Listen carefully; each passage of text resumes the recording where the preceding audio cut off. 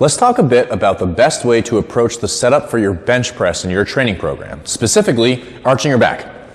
There's a school of thought with regard to the bench press that creating a larger than normal arch through your back can help to maximize the load on the bar. Certainly, if you watch any powerlifter, you can bet that they'll create an arch to the extent that the rules allow them to.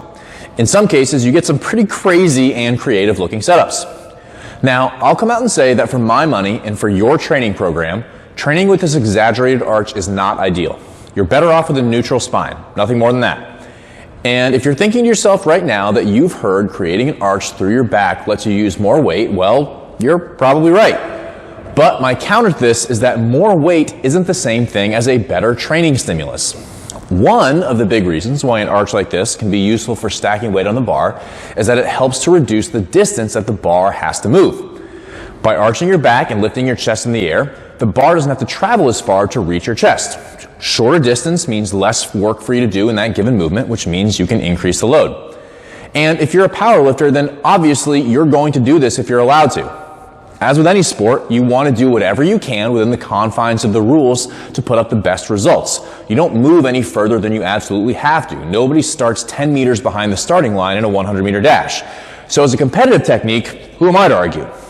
But as a training technique, no thanks. Shortening the range of motion is not a good thing with the bench press, no more than squatting halfway down or failing to extend your arms at the bottom of a pull-up is.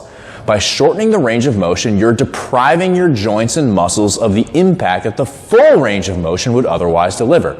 We want reps to be challenging. We want to invite the full magnitude of what any lift can deliver because it provides a more effective stimulus. It further drives the type of changes that we're looking to see in our body, even if it doesn't allow for as much weight. Now, I understand that there's more complexity to the issue of the arch than just shortening the range of motion. But at the end of the day, my position is that a significant arch in your back doesn't add to the training value of the bench press. It does if it happens to be one of the elements of your sport, specifically powerlifting, but for the rest of us, it does not.